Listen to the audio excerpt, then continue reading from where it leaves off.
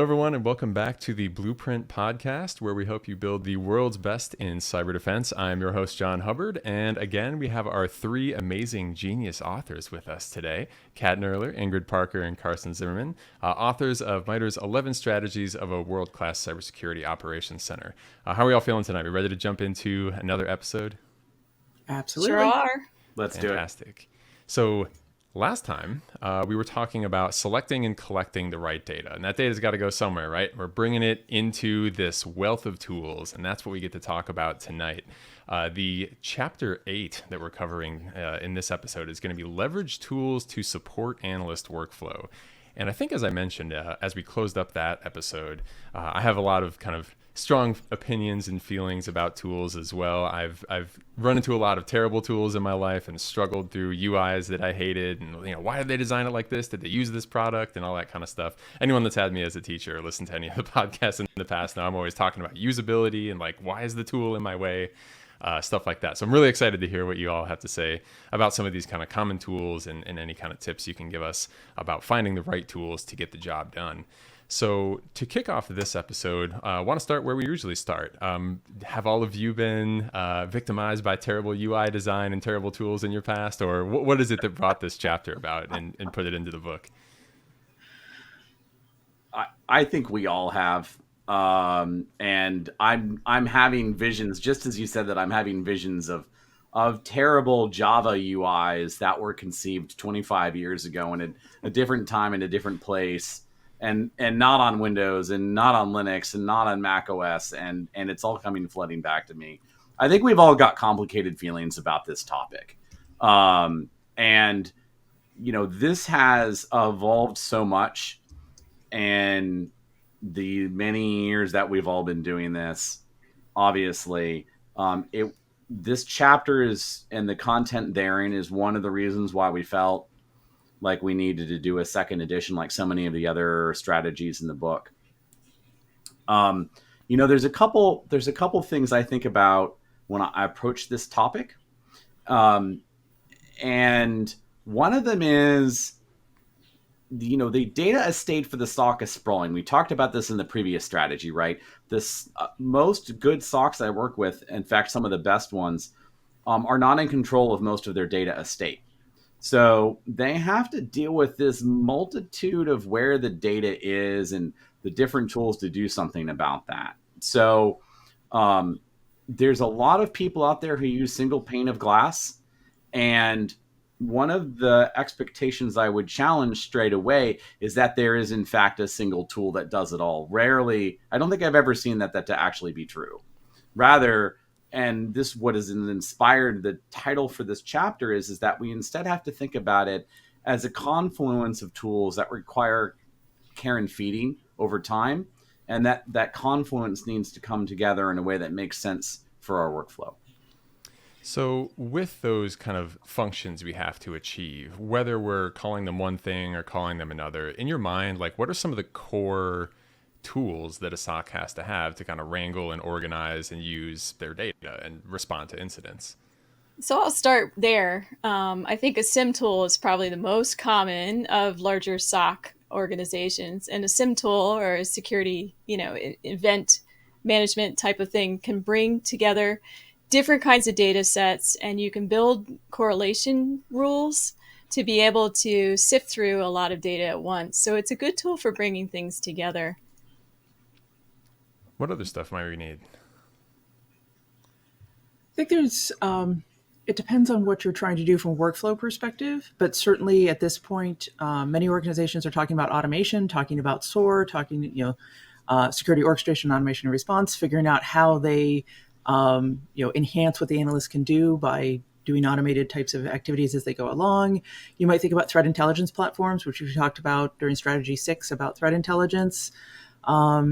You might have separate log storage areas. You might be thinking about data lakes, data lake houses, data warehouses, whatever term you want to put on all of that you're doing right now. You might think about, kind of custom repositories. You might be thinking, we don't mention too much in the book, but you might be thinking about tracking systems for different types of pieces. And you might think about even then case management. And so there's a lot of different pieces that can come together. And we break it apart in the book as to like individual items and things that we can talk about in that space. But one of the things that we've noticed over time is that there's a lot of tools that are trying to converge and bring many of these functions in. And so as we talk throughout the conversation today, we'll talk about individual elements, but it doesn't mean that there's a single tool that only does one thing or that one tool does all of these things. And that's where it starts to become really challenging, because as you work with different vendors or you work with your own kind of open source or custom applications, figuring out what the boundaries are and how they integrate together is actually a bigger challenge than figuring out one particular tool, because there's just so many ways that they can overlap. Yeah, and I think you can, yeah. Go ahead, Carson. I was just going to say, Ingrid absolutely elicited one of the biggest challenges I think we've all had is like, where does one tool end and the other begin? Yeah. Because everyone's got different stuff that shape different ways. And is like, is it a SIM? Is it an XDR? Like, is it a SOAR? Is it case management? What's the difference? Roll the dice. So that's one of the things we have to be thoughtful about in this space is when you say you're selling blank, what does it actually do? And when you say you need blank, what's the actual functionality that you're looking for? You know, and some terms are very loaded and they have lots of emotion. Like some people have had terrible experiences with insert tool name here. And they're going to say, I don't need that. I need this other thing. Like they'll say in the olden days, they'll say, I don't want an intrusion detection system. They're worthless. I need an NDR. Well, we talked about that in the previous chapter, but just to illustrate, it's like, what does an NDR do? Well, it collects data off the network and it produces alerts and it has metadata. And it's like, this sounds very familiar to me. So we want to be very thoughtful about saying, oh, technology X is dead. I need technology Y. That tends to be a lot of marketing and hype. Yeah, and so I was going to break it down a little bit too into there's different kinds of tools depending on the function. So analysis is one type of tool. So anything that helps an analyst do what they do, from anything from scripts to being able to look at data in different perspectives in different ways. Another tool is for converging data sets and bringing them together, and doing rules on them to figure out how to look at things. So if you break it down and think about things like that, that kind of helps you get your arms around these different data sets and these different tools that kind of get muddy. There's not a real clean way of describing them these days. And the third thing would be about sensors or the alerts that we've talked about in the previous chapters. So what's collecting things? So you have your collection, your correlation, and your analysis. So you could break it down like that. And that really goes to why we titled the chapter like leverage tools to support your analyst workflow, because it really is figure out your workflow, figure out how your team needs to function, figure out how you integrate with other parts of your organization or with peer organizations, and then find the tooling that's going to support what you want to do to the extent that you can go that route versus being driven by, oh, we bought this tool, so now we have to do it this way. Right. So the way you break it down in the chapters, specifically the terms used there, SIM, UEBA, case management, source, stuff like that. We'll definitely talk through all those. I think SIM is the first one in the chapter, so it probably makes the most sense to start with. When you think about SIM, we should probably define what that means to you, or at least what that usually means. I think you've a little bit already mentioned the converging of data, right? I'm guessing that's going to be part of it. And people might be hearing that and thinking, well, okay, we don't have that. Or do I need that? Maybe we haven't bought that yet. That's one of those terms I keep hearing. Could you speak a little bit about what a SIM is, why it's important, what we should be looking for it to do for us? I can start with a kind of a crisp definition I've been using for probably too long. A SIM is a tool that is used to collect, normalize, persist, query, display, and correlate large amounts of security relevant information. And one of the important things to understand about SIM products is that they came about in the early 2000s, about 2002 to 2005, because at the time, big data wasn't a thing like it has been perhaps for the last 10 years or so. In fact, a lot of the original SIMs were based on relational databases. So at the time, the idea of collecting a large amount of data together to do security stuff was a really novel idea. And one of the conversations we'll probably have in the next 30 to 60 minutes is, well, gee whiz, there's a lot of ways to achieve that same outcome. And maybe you buy a product that's labeled SIEM and maybe you don't. So that's not something that, in your opinion, is going to be a must-have necessarily.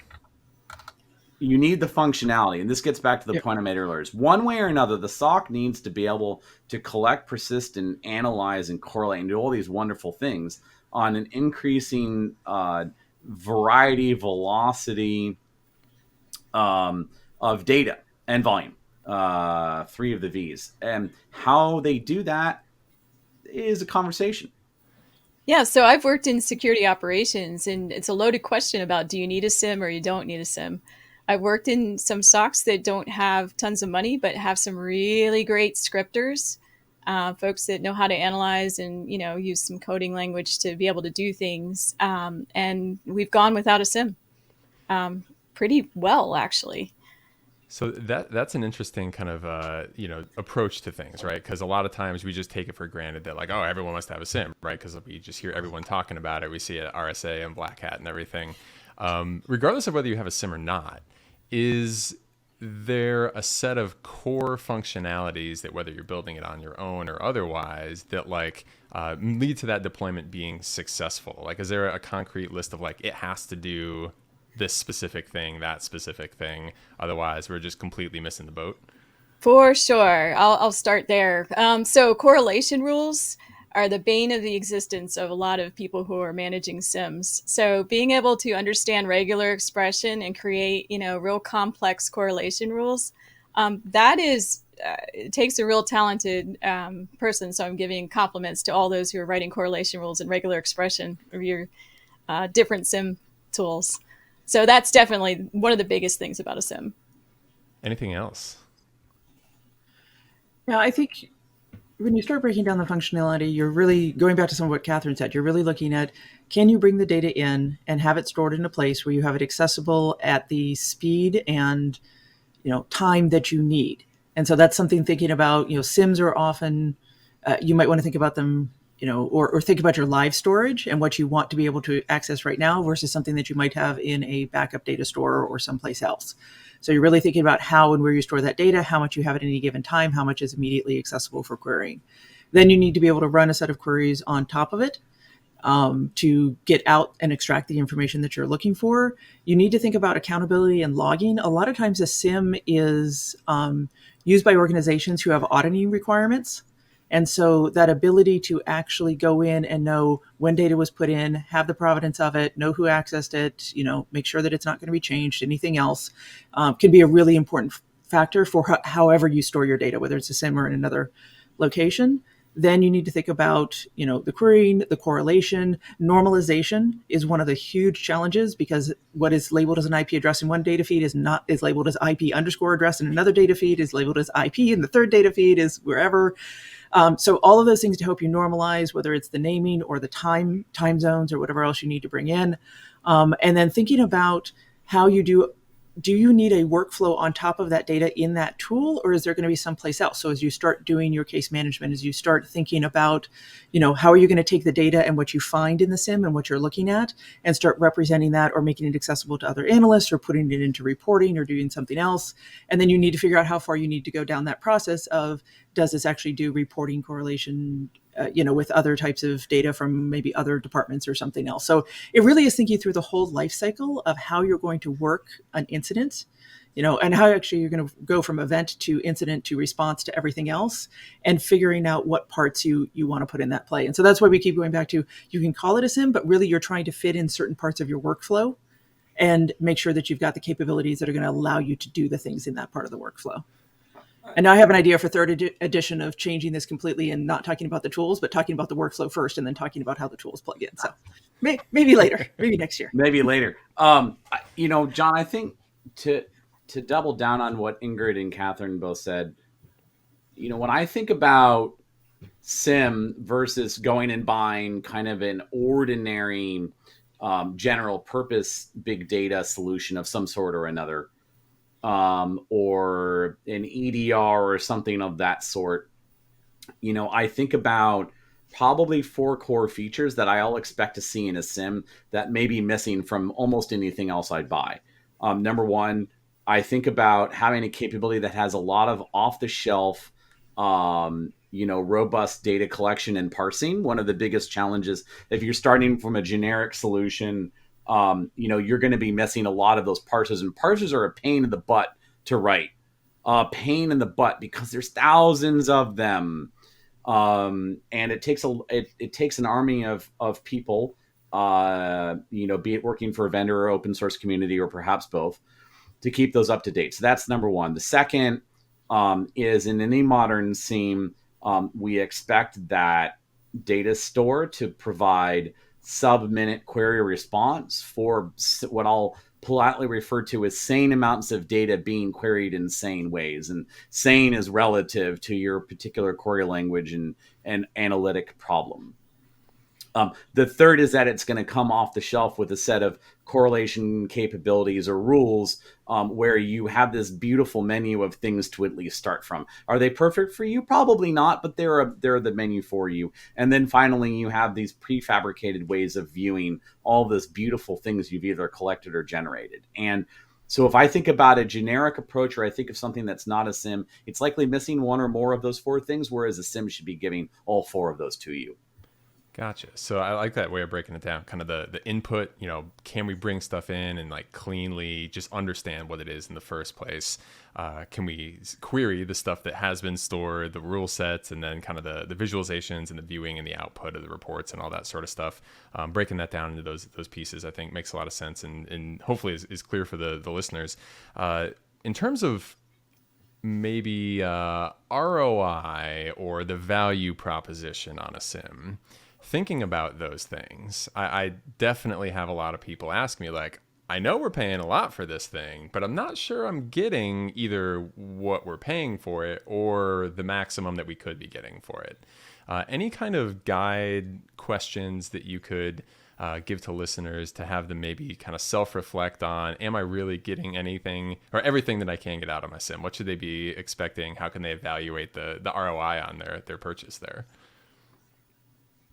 I think that you're actually asking 2 different questions, because there's would you want to go SIMless? Would you want to say, hey, we don't want this tool, we want to bring something else in?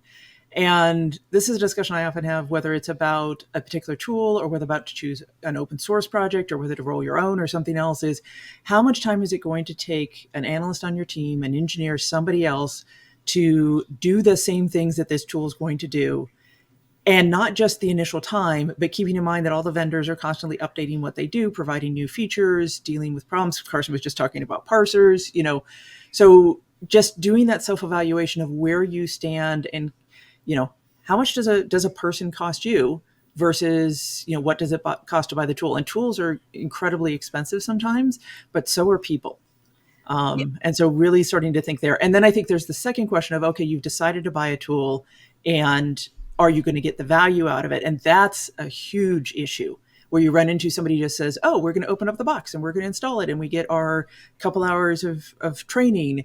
And why is it not doing everything that we want? And Kathryn, I just cut you off. So where were you going with that? Well, I had a couple of thoughts on this. So this is back to your point about designing, Ingrid, and thinking about your workflow, right? So back in the day when PCAP was super important, we didn't use SIMs a lot for PCAP, for example, because, the sheer size and the amount of processing and all that goes along with it. Now that we have something called EDRs, that helps us with the whole PCAP problem, but it also kind of gives us some trade-offs on whether you even need a SIM or not, right? When you start talking about SIMs, they're pretty expensive. If you can do some of the similar things with EDR and say some scripts to bring in some CTI and other kinds of data, maybe that gets you 80% of where a SIM might get you. So that's how you want to look at it, is trade-offs of the kind of data that you're looking at, what you already have. Do you have some things that buy you a lot, like EDRs and memory and all those things that EDR does for you? and look at it from that direction. I would offer, I've heard more people express more emotions about SIM since I've been doing this than any other tool. And that's one of the reasons why this was the first big one in this chapter. And one of the reasons why is when cloud, before cloud was really a thing, people would spend like millions of dollars on these tools and they spent a lot of time setting them up. And then, as was implied, some of them would walk away. And then at the end of their 3-year maintenance contract, they'd be like, wow, that was terrible. We're not doing that again. And they go buy something else. And they repeat the same cycle over again. And, they'd be 6 years down the road and they'd still be wondering, like, why does my SOC struggling? One of the reasons why, we can be thinking about, cloud solutions to turn some of that on their ear. We're going to talk more later about the pros and cons for, putting your SOC data and tools in the cloud. But I think up front here, how do you go from I need a tool to I'm getting value from that tool? And, how do I minimize my risk in buying the tool? And that's actually one of the major things to look at in whatever SIM you're looking at, on-prem or in cloud, and vendor A versus vendor B versus open source A versus open source B.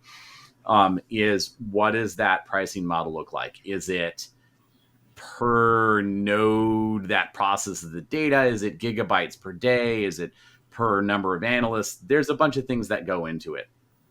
Yeah, one of the bigger downfalls of SIMs, if you're talking about how much value you're getting out of it, it's those correlation rules I mentioned earlier.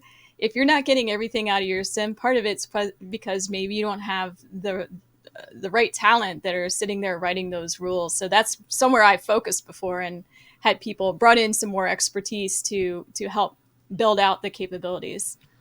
What's ended up happening is that a lot of the organizations I know who originally bought SIMs, many years ago, are now doing what I'll call or what I've heard referred to as running dual stack, meaning they've got their SIM, right, and that's doing a bunch of their kind of prefab SIMmy stuff, and then they've also got some bespoke ML big data things, doing the kinds of analytics and detections and data science and machine learning and more buzzword bingo that doing in an ordinary SIM by itself would be inappropriate or simply not possible.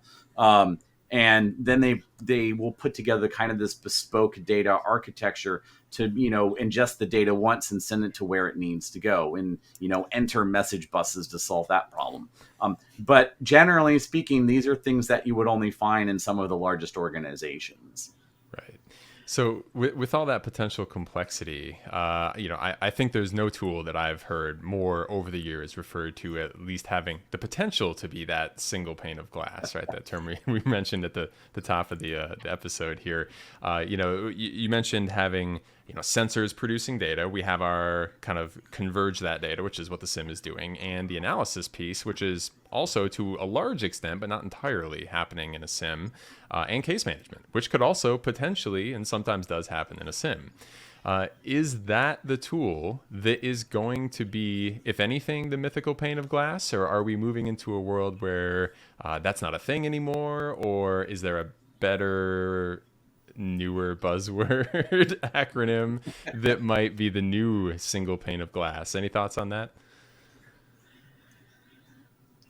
I don't know if there ever was a single pane of glass, John. I think you're right that SIM is the closest we get. I think a different way to think about it is what is which persona's focus at which stage of the incident lifecycle. Meaning, for example, a triage analyst's focus will indeed be the SIM and the SIM only for a very large percentage of their day. The TI analyst or the hunter's focus will likely be a bunch of other things, including a tip if you've got it, if you think that's necessary for you. It might not be. If there's a big investment in other big data stores, that might be, rinse, repeat. So I would rather say and that's why we, again, called this chapter, that what we called is focusing on NAS workflow is in the different personas in the SOC. Think about that life cycle for them. Think about their focuses at each stage of that life cycle, and then you'll have your answer. Gotcha. So no, there's no single pane of glass. So we've closed the conversation. So I don't expect to really hear that term ever again. I guess we've solved it. Oh yeah, it's Congratulations, done. everyone. This is it. Last day, May 17th. Dig its grave, put it in there, bury it over. We're done with single pane of glass. No. So one other kind of thing I wanted to touch on SIM, in terms of just plain usability factors, right? You kind of mentioned viewing and searching and things like that, and speed, right, as well. Being some of the things that we need to do or have from a SIM. Any other kind of thoughts on what makes a SIM more pleasant to use, or what you should be looking for in like the user experience of getting into a SIM? Maybe that's search queries, maybe that's, the query language or visualization options, or anything else that comes to mind there? For me, one of the big ones is your ability to pivot and to say the SIM is not necessarily going to hold every single piece of data that you need access to. So how easy is it for you to move from working in that tool to saying, oh, I need to go get this particular log, or I need to look at this malware, I need to look at this data, or I need to use something else. So it really is about the integrations and the pivoting, and making sure that you're not having to look at your SIM in one window and go, okay, now let me hand type over here, this hash that I just saw. And it's no mistakes would possibly happen as I'm doing that, and look for the next thing. And so really trying to make sure that it's, again, going to support you in doing things as quickly as possible without having to do duplication of work.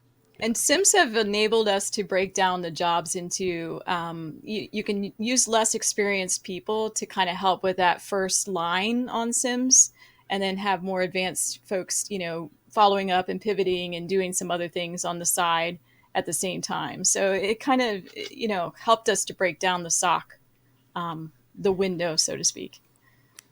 John, one of the ways I deconstruct this, going along with what Ingrid said, is thinking about, for the different personas in the SOC, how is that SIM improving either effectiveness or efficiency at a given stage in that life cycle, and or for a given, incident investigation, response, triage type scenario.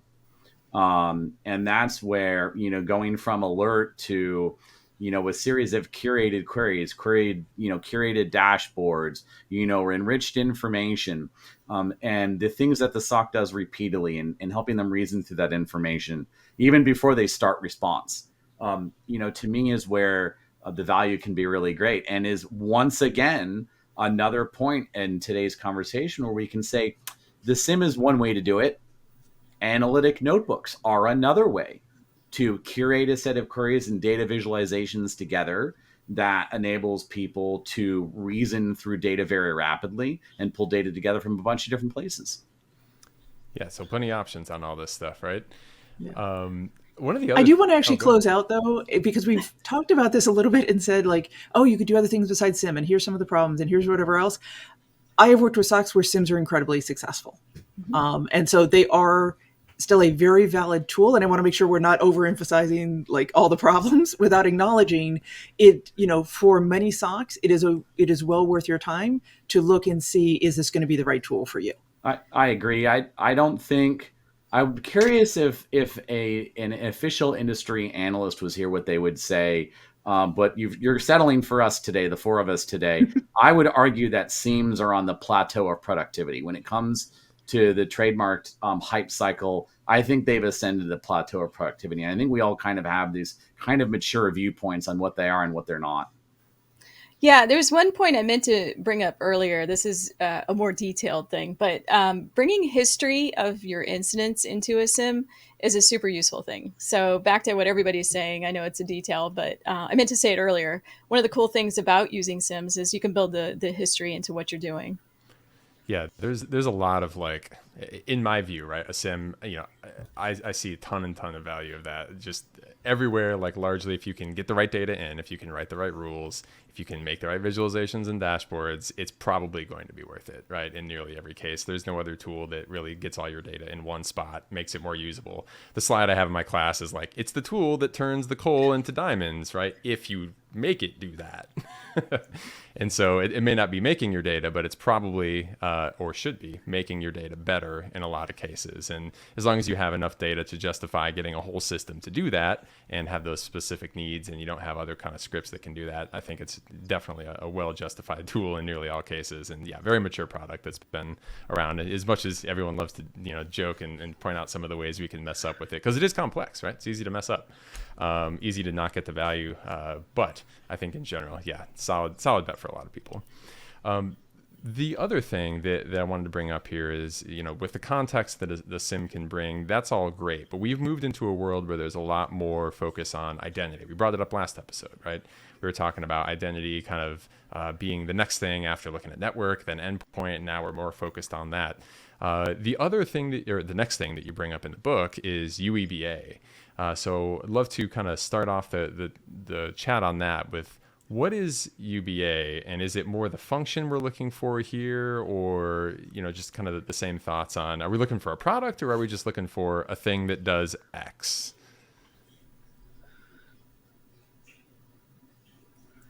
I think definitely this is a thing that does X, and UEBA, user entity and behavioral analytics, is that concept of being able to understand that it's not just about what happens on a system, it's what the users are doing in this space.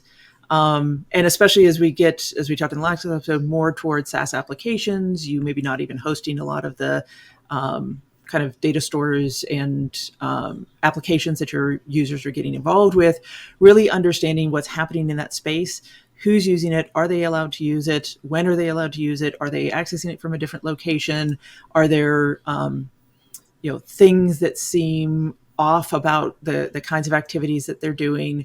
That's really what you want to be looking for. And with this, you're talking about users and entities. So you're also looking for, devices and, kind of the service calls and the things that are you're really looking for those anomalies of what's expected in your environment.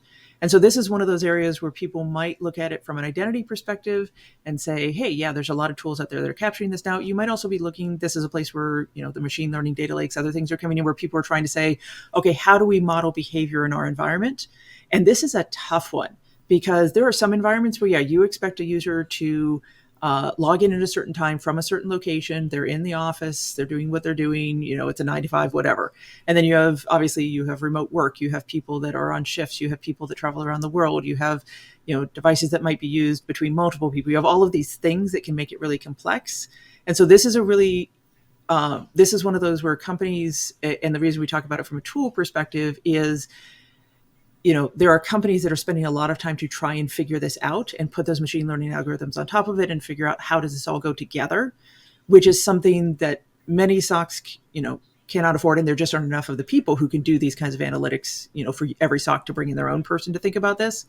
The challenge is when you start doing that from a vendor perspective, they're looking at it from a very, kind of broad lens of, hey, these are things that typically you might find to be unusual or you might find to be different, but these systems require a ton of tuning to actually make them appropriate for your environment. And so one of the things I've seen in this space is some of these tools actually have a lot of automation that go in with them, and a lot of people don't use it. What they'll do is say, okay, we'll take the alerts that come out of these systems, but we don't trust them enough to actually go in and then take action, like actually just go shut down an account or turn off a system or do something else. And so people are trying to figure out like how to use them. But this is, I still remember 20 years ago working with an early version of these, and just every couple of years I go, okay, have they gotten better? Are they right yet? Are they a good thing? And they can offer a lot of functionality. So if you are a place that has a lot of very specific concerns about maybe your user group, or you have a lot of people that are visiting, or you need to be monitoring that in a more robust way, absolutely something to include. If that is maybe not in your use case, you might want to think about this more from a generalized identity perspective than this specific technology. Yeah, so I was going to say that the thing about UEBA and why it maybe hasn't taken off like it might have is because you have to understand what's normal. And finding out what's normal for most environments is near impossible to do. If you're in anything other than a strict 9 to 5, we only use Office products kind of situation, then UEBA probably will work for you. But if you're a massive research organization that does different things every week and uses all the ephemeral ports all over the place, it's really, really challenging to come up with what is your baseline and what is normal. Therefore, you end up with a lot of false positives. You end up tracking things down, and so people just get kind of tired over time. That's been my direct experience with UEBA. I'd offer a couple points here. Plus one, as usual. I think we look at it as a set of functions, and we can achieve those functions by buying a product or not. This is yet another place where I will double down on my perspective that the way the SOC builds value and builds momentum is tearing off one small piece of the enterprise where there's an opportunity to make impact, and building focused detections and scenarios around that thing. So as Kathryn was talking about, taking any capability, UEBA or otherwise, and just throwing it on a highly heterogeneous organization and expecting magic to come out, probably not work out the best for you. However, if you have a constrained set of engineers or help desk people or people within a constrained set of roles with typical patterns for data and access and whatnot, you're probably going to make a lot of hay pretty quickly. But it takes diligence, and some of it can be tedious. And, that's true here or anywhere else. And that's a really great point, Carson, which is this particular set of tools is not something you have to think about deploying across your entire environment. Mm-hmm. It is something that you might choose to use for just certain parts of it that need additional monitoring. And where this is, you can reduce the amount of false positives overall that you have and just say, okay, we're looking for something very specific here. Yeah, that's actually a really good point. When someone's looking at a UEBA product, and let's assume for argument's sake that product is costed on the per seat basis, and you say, well, I've got 50,000 people on my enterprise, and each of those people have 4 accounts. Boy, you just got a pretty big bill pretty quickly. Why not focus that down a little bit to get started? Yeah. That's one of the things I commonly bring up as well, is because I've seen that as well, right? I worked in a very large organization, hundreds of thousands of assets, and we tried the I don't know, let's turn it on and see what we find. And of course it's just right? And goes off like an alert bomb. And after tune, yeah, it did find stuff, right? And we did find some useful stuff, but there was a lot of work that got into it. And so that was my exact kind of experience, is we need to focus this on a single group that is going to act a little more uniformly than just this company, right? And then I kind of thought about it, and I was like, well, given the stuff that we found, to some degree, had I known that we were looking for that going into it, maybe I could have actually wrote some of those rules without the machine learning magic. So if there are people out there that are listening to this, are yeah, we're not fancy enough for getting into machine learning tools and spending all that time, do you think there's still value in trying to write your own kind of identity and entity based rules, just looking for anomalies based on purely Windows logs and that kind of stuff? You can. I've spent a lot of time in the middle of this exact problem, John, that you're describing. You absolutely can. However, I recommend against it, and this is why. The velocity at which we are accumulating diversity in our enterprise and our IT and shadow IT footprint, that acceleration is accelerating, right? So... And I'm sorry, I'm going to use cliches, and I apologize in advance. The point is 10 years ago, you could have a SIEM and you could collect a bunch of host logs and a bunch of network logs. And there was a fairly bounded, finite set of detections you needed to write to feel really good about yourself. And now it's it's just totally blown up. And what I advise people to do is commoditize as much as you can. Meaning, don't write 300 different detections against ordinary Windows logs or audit D logs or syslog. I mean, you can. It's going to take you a long time. You can go buy products to do that now. Move on to the next problem. buy the product and move on to the next problem, or download an open source collection of stuff to solve the problem and move on. Yeah, so maybe not write it all yourself, but get a pre-written rule set of some sort and like try to leverage that, even if you don't have a specific tool implementing all the machine learning and stuff. Although that is being built into more and more products, it seems like, in my experience as well. I also would probably be remiss and if I did not mention that increasingly there's this ecosystem being built up around both commercial and open source products, and we start blurring the line where they're like these communities where people will offer things they've done. There are languages, intermediate languages you can write some of these rules in that you can go pick up and use, so you're not starting from scratch. So I think it would be incorrect for us today to portray this as, take what some vendor has written for you, them by themselves and go use it. Rather, it's in any case, leverage a community, leverage what else is out there. Gotcha. So the next kind of section after your UEBA piece in the book was case management. And I know a lot of people have, varying setups when it comes to that as well. Yeah. There's the people that kind of jump into I don't know, I'll use what the help desk uses because that's ticketing, right? And then we have the I'll try an open source thing. We have the dedicated incident response platform and all of that. Regardless of the way you approach it, what are some of the things we think we should be looking for in collecting all of those alerts and working through processing them in an efficient way? So one thing that's super important about any case management is that you're using it.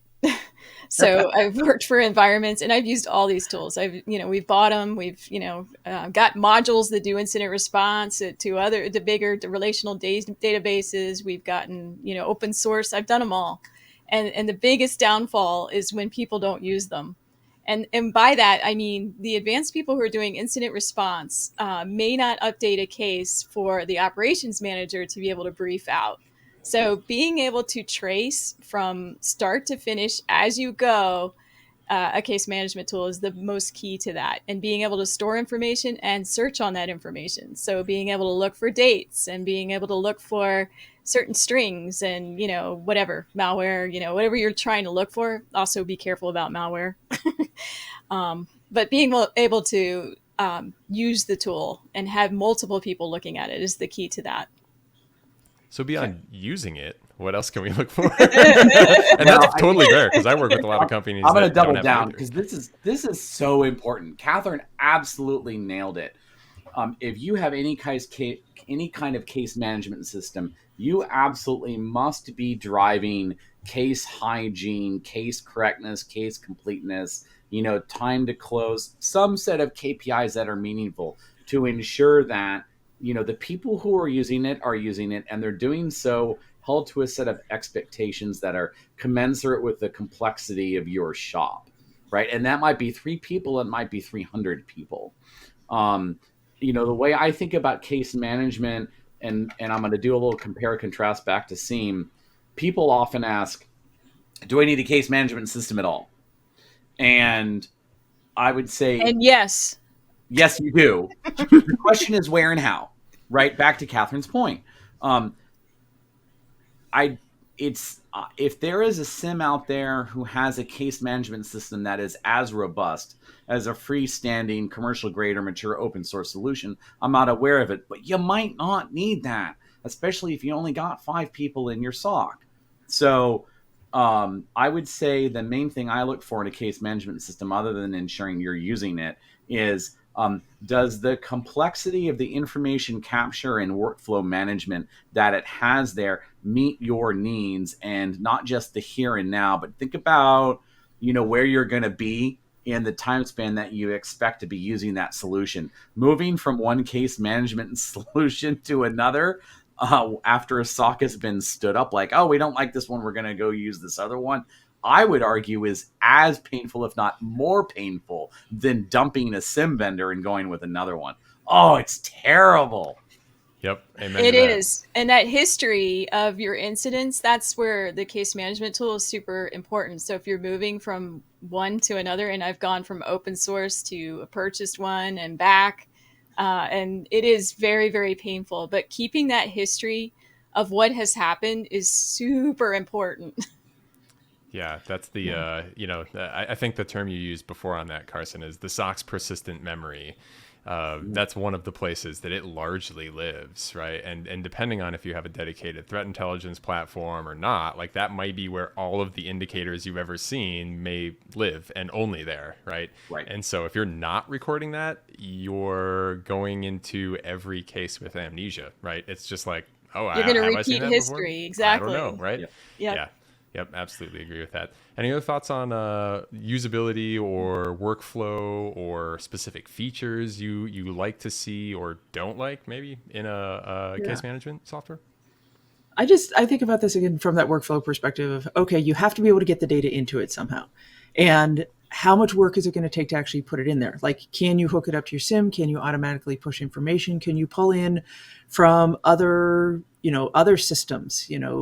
So if you've got usernames or IP addresses or something else that's going in there, is this another place where you can do correlation? It can automatically, provide context around who is actually involved, with this particular information.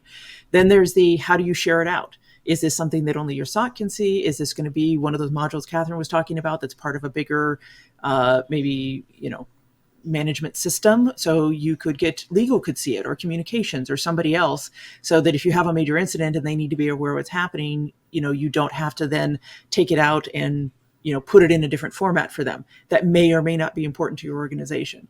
You want to think about, how do you connect related incidents? That's a big one, where a lot of times you might have, 5 or 6 or 100 different things happening depending on the scale of the incident. And you want to be able to group those in some ways and talk about the fact that they're related and they have a relationship, and maybe it's parent-child, maybe it's, they go with each other. You want to think about that auditability, and can you know who made what changes at what time, and who did updates if you need to do different things. And then you want to think about what comes out of it. So how does it support your reporting? How does it support metrics? Especially, that's a way. This is going to be one of the ways that the SOC is going to show value over time, is being able to pull those metrics out and show what's actually happening and show what work they were doing. And so having that kind of system where you can go in and query and pull the information out and have it in a structured format, and to be able to kind of add the fields and the tags and the information that you need to make it valuable for how you need to present that up to your leadership team is going to be really important as well. So again, it's about what's your workflow, who are the people you work with, what access do they need to have, and how do you need to get the data in and out of it in order to support. And unfortunately, I could say that about just every tool that we have that we're talking about, but that's a lot of what it comes down to. And then you just look at, okay, and visually, can you look at these things and are they pleasing to look at? Does it make sense to click on this button to get to that next place? Because if it doesn't do that, you're not going to get people to adopt it, and they're going to go back to their spreadsheets. That's where they're going to track. I want to pull the thread on one of the things Ingrid just mentioned, because this is also this is another source of conflict and emotion in every SOC I've run into. When you graduate from a system that is a fairly inflexible ticketing approach to one where you can paint UIs with boxes and buttons and dials and you can, it's like painting, and you've got to resist the temptation from going absolutely bananas straight out of the gate, because otherwise the analysts are going to be like, it's taking me 10 minutes just to close this one case, and I got to do 100 of these today. And they're just going to revolt. So as you increase the robustness and complexity of what you're implementing there at every stage, it's important to get that buy-in from the user community, because they've got to feel like, hey, it's worth my time to fill out this field. I'll give you an example. One of the 3,762, I just made up that number, of things that you can track in your case management system is, did I have the data I needed for this incident? And one of the closure criteria for a case can be yes, no, or partial. And the analysts need to understand it's in their interest to actually fill out that field accurately, because then they can go make a case for not having the data they needed 372 different times last year. So get that buy-in as you go. Yeah, and for case management, you want to look at the functions, and some of this depends on size, which parts of the case management you might use. So most of them, the fancier ones will let you do workflow, meaning you can actually move workflow along. If you're in a smaller SOC, that can be, overwhelming, to Carson's point, with, oh my gosh, I have to click this and then I have to move the workflow. And so looking at things like workflow as a function, that may not be as important as, say, putting like all the indicators and things of how it looked into a certain set of fields so that you can trace it later to other incidents. So really think about the design and what you used for case management. Yeah, for sure. Design is a very, very critical. I mean, the case management thing, that's probably the one tool that it's made me love or hate going to work, because it's like you're always in there, you're always fighting it, or it's a total dream and like everything's great, right? And so there are certain features that, I personally think are really, really important in those things. And I think you hit on a lot of them. One thing I did want to ask is related to kind of that playbooks and workflow customization. Could you speak a little bit about where the sweet spot is on that? Are we trying to take the definition of workflow more toward the extreme? First you click this, then you click this, then you do this, or do we want to have it more open, or probably somewhere in the middle, right? I'm guessing the answer is, but how do we find that sweet spot? You're going to get 3 different answers, I think, here from perfect. us. Let's go. Because I don't love workflow, I have to say. And I've managed SOCs, I've been an incident responder, I've done all these roles, and I just don't like that rigidity of I have to do this and then I have to next do that. I like the creativity that comes out of not being so rigid, at least in the systems themselves. I bet Ingrid and Carson have different opinions. I fall a little bit farther on the spectrum of, I like having the playbooks. I like having the, definition and checklists and the things that you can say, okay, did I do the main points that I needed to do? Did I work, is there anything I forgot? Did I hit this, the intent of what we were trying to do? And figuring out how to do that in a way so that, as a manager in a SOC, like and this is the problem, as an individual analyst, like, just leave me alone, let me do my job. I'll tell you the answer in the end. As a manager, it's please give me all the data, have it in a structured format, and I need to be able to do a report out of it. And so that's why you end up somewhere in the middle of, I think you have to have some level of playbook and repeatability and structure behind it, because otherwise it's going to be, it is very helpful for people that are earlier in their career getting into this space. It is very helpful for the managers. And then you just have to figure out what is that spot for your senior people that doesn't break their creativity and doesn't squash their hopes and dreams every day that they come in, and allows them the flexibility they need to actually be the creative people that they can be. So I think we're actually fairly aligned here. I've seen really well-meaning, experienced IR managers come in and say, we're going to take our 8,000 pages of SOPs and right into their case management system. We're gonna turn every SOP into a case management workflow. It's like, whoa, dude. The point about being supporting creativity, while reconciling that with consistent information capture, to me is one of the most important pieces in that, and ensuring that, we're driving the essentials around case hygiene and the KPIs that are important to us. And I've seen even in massive sprawling organizations, the workflows didn't need to get that complex. What got complex was that you then have lots of different teams who have very nuanced feelings about the workflows that need to be built into the system and what information is captured in which fields. And, group A uses one KPI that's worded the same, that's actually totally different than group B, and like them getting in food fights around that. So, one of the things to think about when spinning up any kind of case management, or for that matter, SOAR, anything where you're managing workflow, for a SOC of more than a handful of people, is having good change management and principles around how you're building those workflows and those structures, because otherwise it'll just be chaos of I want this, I want that.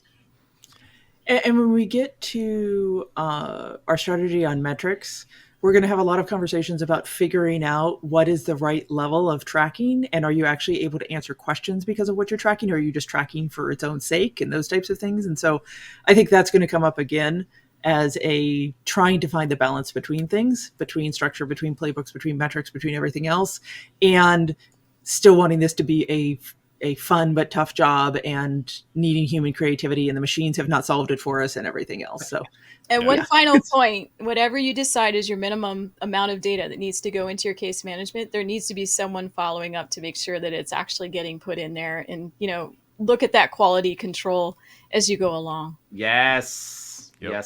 Yes. You might even think about having like a case closure meeting or something like that in addition to, not instead of the kind of the KPIs and metrics that are tracked by managers and perhaps the executive directly over the SOC on a routine basis.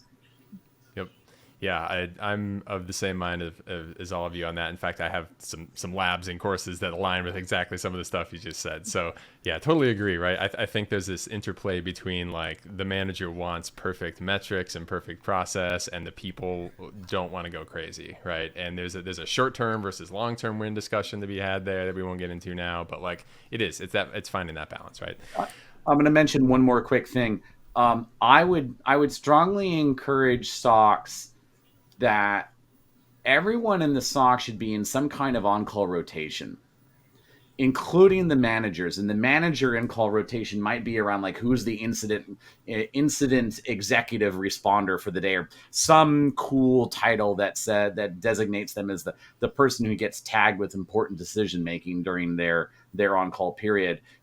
The reason why I make this remark in the context of case management system, it keeps it real and it forces them to use many of the same processes, and particularly the case management system the rest of the SOC does, and it will drive down this big dissonance to put everything in here and make it complicated versus just let me do my job. Yeah. So one of you mentioned the phrase "until the machines take over." Which is an interesting statement in 2023, as we all know. Up until roughly the end of 2022, we wanted the machines to take over, right? One of the things that we were kind of pushing our work towards was SOAR platforms, right? And AI is going to be the new kind of answer to that. With SOAR platforms, it took a lot of the work out of maybe some of those really rigid or like the boring steps of the process that we may have created. And it made it so like, oh, if it's easily defined, like this thing's going to do it for us, right? Can you talk a little bit about where SOAR fits into the other tools that we've talked about here, and how it's maybe different from a SIM, and do you need one or do you not? I'll take a crack because I think SOAR is in an area where people also have a lot of feelings about what is it even. When I think about SOAR, I think about a platform that is focused on, as the name implies, building robust and iterating and making them even more robust workflows for the SOC. And that is usually around coalescing data that's in different places, supporting reasoning over that data, and effectuating, faster or more effective response than would be otherwise. And we can think of SOARs in a way as a platform in contrast to SIM, rather than being focused on collecting a lot of data, though they do collect some data, some SOARs do, rather than collecting a large amount of data, instead of being focused on, the automation and analysis pieces. And you often see SOAR and case management, fused together. So, and then you'll see a bunch of SIEMs which have SOAR capabilities, and you'll have case management systems that also are like, we have a SOAR module, and it all gets very confusing. And this is why I'll repeat the same thing we said a couple times already, is let's focus on what are the functions we're trying to achieve rather than applying a superficial label to a thing we're considering buying. And as I've been thinking about SOAR lately, it's like many of these tools and concepts, it's not a single thing from a complexity standpoint. SOAR can be very simple. It literally can be, if I see this, take this action. I mean, if I see this kind of email come in, delete it out of a user's inbox, or shut down a user account, or, lock it, or something else. Like, you can do some just very simple things that can be really powerful. That can take that base set of actions off your plate. And that's actually a great way to start, because if you start trying to do things that are really complex, or you start doing things that are going to maybe be more disruptive in your organization, you have to get a lot more buy-in for that. And if you make a mistake, then you're going to get kind of shut down like, oh yeah, what's the SOC doing? They went off, they did X. And so you actually want to build up some trust and get to that point. And so, and maybe you get into those more advanced modules or an independent SOAR platform or something else, but don't think of this as something where it's like, oh, you have to go whole hog and, again, do this across your entire environment for every single use case that you have. You can really start pretty simply to come up with something that can be effective. And even those little wins of, hey, yeah, this is how we respond, or this is how we reach out to a user if we have a question about did they really log in from this location. All of that can take workload off the day-to-day actions from the SOC team. And that's really what you're trying to get. The two things you're trying to do are, one, be faster at your response. Well, I guess you're doing a couple things. You're trying to be faster. You want to be, as fast as the machines. Two, you want repeatability and, kind of feeling like, yeah, when this happens, this is always the thing we want to do. And so you don't have to get the variances of how an analyst might do it if you know that you've got that standard to it. And then three, you want to make sure that the analysts are focused on the things they need to be focused on, which are the more human-based things than what you can actually do the automation on. And so, but I think it can really be a very simple thing without having to think of it as this big complex problem. Yeah, and maybe I'm saying this the same thing, Ingrid, or maybe I'm building on it, but it's basically, how can I expand my responders' role? How can I extend what they do by augmenting what they do with some automated little things, whether they be bringing data together more effectively or actually taking some actions somewhere. Of course, we want to be careful about taking automated actions. We've, as AI and ML become a lot more prevalent, we need to be thinking about not doing denial of services and not creating malicious machines that take over for us. But I do think we are already working with AI and ML type algorithms to be able to look more intelligently at large data sets across a lot of different things. And it is starting to show some promise. You were talking about user behavior analytics earlier. That's an area where AI can really be useful if we do it in a smart way. So we're looking to augment what an analyst does. I think that's what SOAR can do for us. Yeah, I want to expand on something Kathryn mentioned. When people approach SOAR, they often immediately get these visions of strapping lasers to sharks and having sharks with freaking laser beams and shooting those lasers at cyber adversaries in cyberspace in sub-millisecond times, pew pew pew, like pew maps, and it's all quite terrible and humorous. And my number one recommendation for SOAR, which is consistent with a more general recommendation I make in the census, start with collecting and enriching information about whatever the analyst is first. Let me give you a very compelling example. If you are decorating your alerts correctly, you could very likely save an analyst 1 to 2 hours of work for every alert they look at, because you are decorating that alert with everything about the user, the host, the service, the threat, the CVE. You pick an aspect of that alert and decorate the heck out of it. So I would strongly encourage folks approaching this anew to really hit a home run with that. And when you've done that, you will know that it's time to strap those lasers on top of the sharks and go after people in sub-millisecond times. The more general comment I'd make about SOAR, we alluded to it earlier with SIEM, et cetera, is always start in alert-only mode on any kind of preventative or response capability you've got. But to the point that was made much earlier was a lot of people find themselves challenged to get out of that mode. Yeah, the SOAR kind of vendor space and all of that is definitely blown up over the last couple of years. A lot of SOCs are getting various tools for it. I always ask in class how many people have it, how many people don't. It's not one of those things that everyone has, right? And what I'm kind of thinking as I watch this space is like, I wonder if we're going to see more SOAR, or if AI allowing you to just phrase what you want and spit it out as code is going to cause less SOAR, because now you don't, like, part of the value proposition was you don't have to code it, we coded it for you. But when you can just ask for that, I'm wondering what that's going to do to the market as well. So you're absolutely right, John. I think it's a means to an end, right? And with the emergence of a lot of cloud-based computing, you also have this intermediate piece, right? You had SOAR, and then you've got a lot of the ways to achieve the same outcome based on cloud-based automation frameworks, which are also kind of codeless, broad scale automation. And you can go get them for, just pennies to be able to go do stuff that it would have taken a tremendous amount of things to build on-prem before. Yeah, so definitely options are expanding in that field. So Very we'll kind of fast. see where that goes. Very, very interesting space. I think we're all in agreement that automation is generally always better until it isn't, and you've told it to do something you shouldn't tell it to do.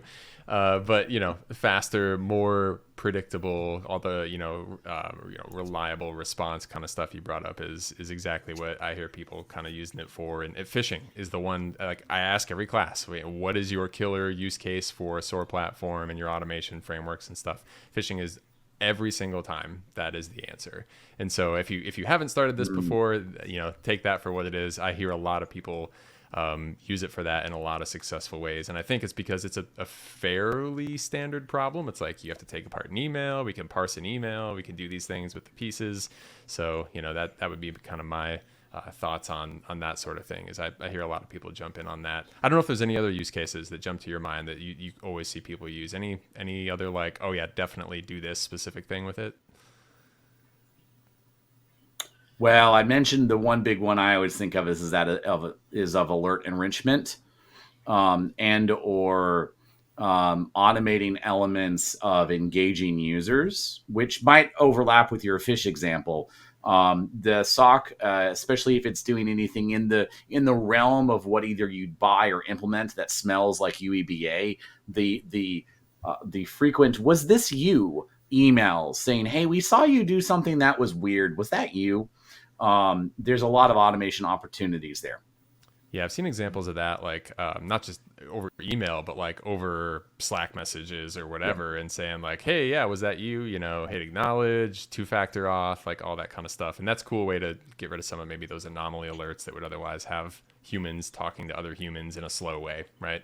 So definitely that's one of those sky's the limit. You can do kind of whatever your specific use case is, but certainly a very value-added product as soon as you come up with those use cases. The last thing I want to mention, the last piece of this section here, and I've been maybe the most excited about getting to this one because I'm really excited to hear your take on this, is protecting all of these tools, right? The SOC enclave, as you call it. And I think I want to start by throwing this specifically over to Carson, because I know that things have changed in this chapter from the previous version of the book. You had mentioned that before, and that was one of the things I was thinking as I read it as well. Could you start with a little bit about what is the SOC enclave and how has your thinking about what's necessary there changed over the years? Thank you. I have lots of feelings about this, and they're very complicated, and they've evolved over time. The SOC exists predicated on the idea that the enterprise it protects will be intruded upon in a major way at some point. And the SOC needs to be able to continue operating through such a condition. This in turn means that it must be able to trust the tools and data that it has in the presence of an advanced or persistent threat. And in that way, SOCs are obliged to protect those tools and that data from other parts of the enterprise. It needs to insulate them in some way. Taken to an extreme, this can feel like the SOC has become a black hole, and an event horizon forms around the black hole, and all data goes into the SOC, and it never emerges, and you never hear from that data ever again. And that's not good.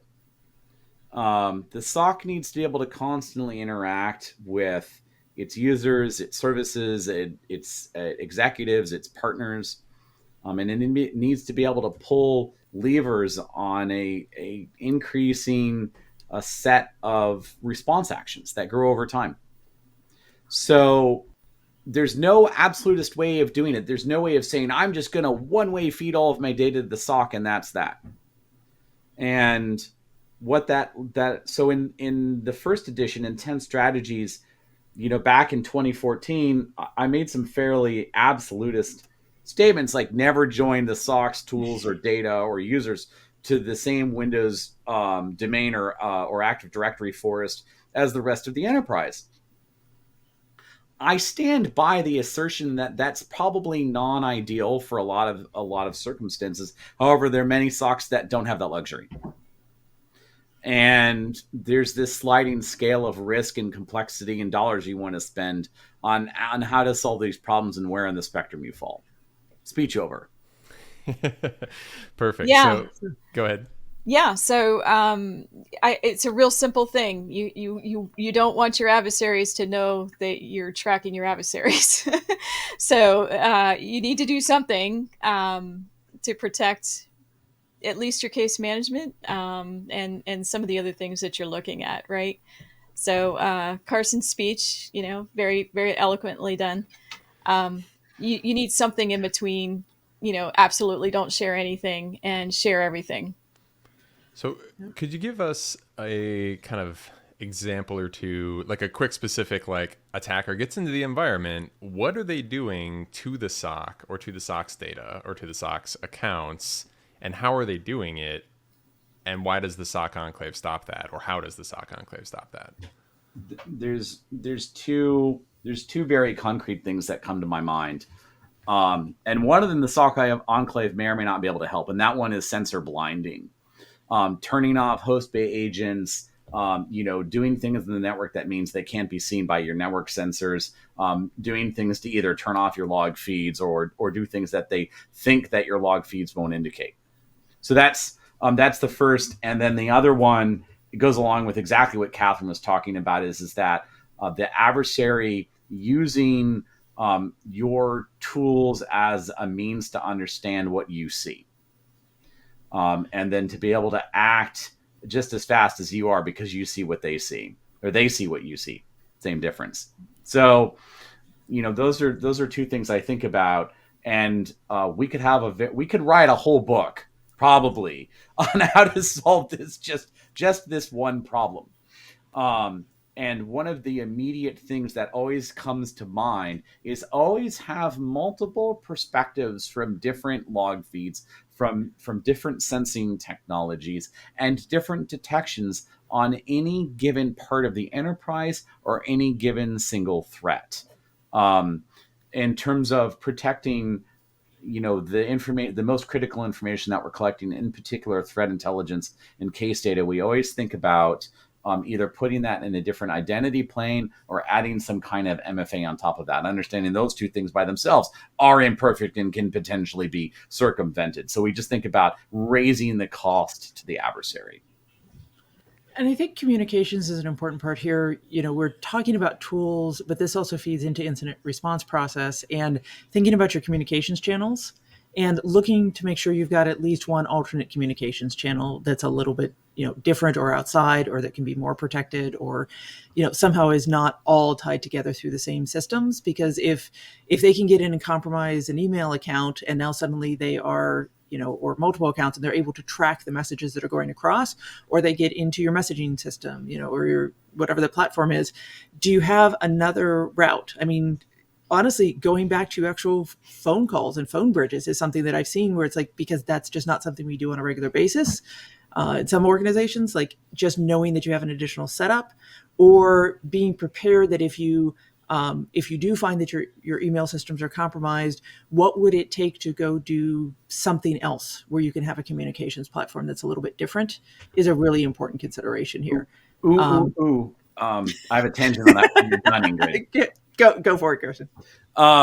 So every SOC is well advised to consult their legal counsel on what I'm about to say, because nothing we're offering today should be construed as legal advice. However, in the SOC should think about having that alternative means of communication and have them sanctioned and aware to their lawyers in advance, particularly if the SOC thinks that down the road they have regulatory requirements for records retention or e-discovery requirements. Again, on the advice of their legal counsel, they should think about having that all kind of thought about in advance, rather than like tomorrow, like, oh, everyone download the following app on your phone so we can call each other, like, and the lawyers might be like, ah, right? So that's something to think about.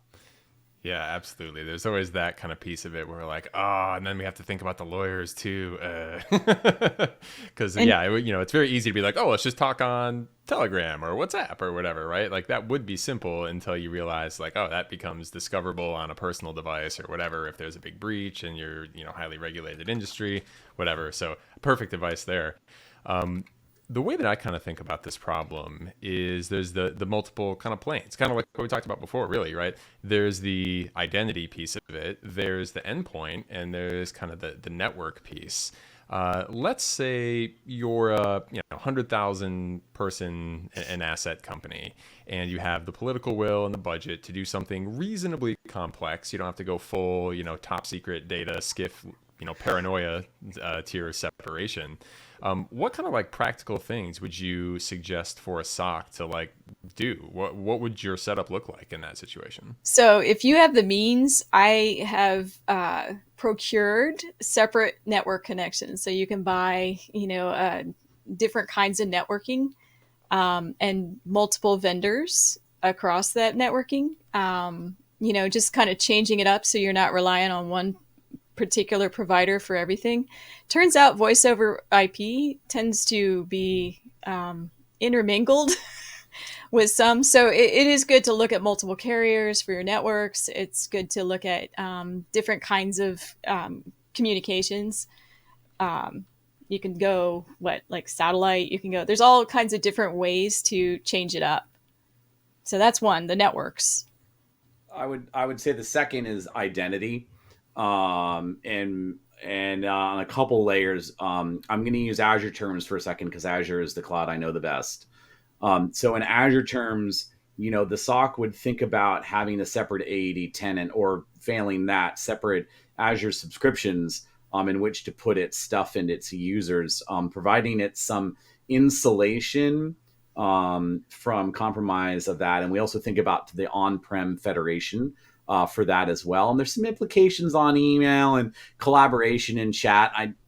Probably longer conversation than what we're going to do today. So I would definitely offer that the identity plane, be it on-prem or in cloud or usually now hybrid, is going to be an interesting story as well. What about hardware? Are you thinking like, is this we need a separate, what we might call a privileged access workstation and dedicated machine for being a SOC analyst versus being a normal employee? Are we separating things on that level? And one goes on the corporate network, one goes in this magical SOC enclave network. Are we taking it to that extreme? I'll use Carson's phrase, I've got feelings. Let me tell you, I have set up a dedicated network with one computer on it that collected dust for 2 years because it was by itself and it was very secure, but no one would go over there and use it. Yeah. So you have to provide ways for analysts to be able to do their work, right, across different kinds of networks and things. So if it's its own dedicated box, it'll be lonely sitting in the corner. And this is another one of those where, so many times the information that's coming into the SOC, from a threat intelligence perspective or from, constituents or something else is going to come across a corporate network. And you need to be able to take that information and put it into the SOC enclave as well. And so you really having those separate systems can be really challenging. One thought is you can do the virtual machine where you have your less secure system actually in the VM, because then if it gets compromised, they can't really escape out of there, and then still have the ability to copy and paste and take things out of that and put it into the more secure system, which is more the system that's around it. And that's a pretty simple way to start doing at least some level of segregation so that you get a little bit of differentiation between the different functions that you have. But as an analyst who has had to, at one point, I had 4 different systems on 4 different networks across a single desk. And the number of times I'm like, I just want this piece of information over in this system, please.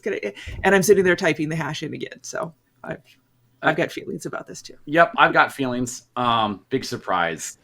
I would summarize what I just heard in my own feelings, and that copy paste in and out of the SOC enclave is absolutely essential. The way you achieve that copy paste could be in and out of an RDP session. It could be in and out of chat. God help us all, it could be in and out of email. That's got its own set of challenges.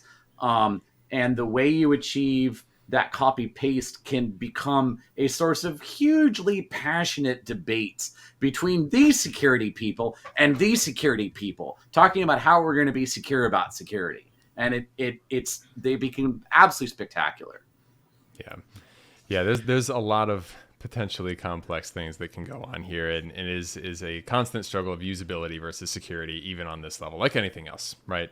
And in my own experience, I've tried varying levels of, segment the network, put a firewall in between us and the corporate network, and then you can and you can't do other stuff. And, is it the identity plane that's going to get compromised?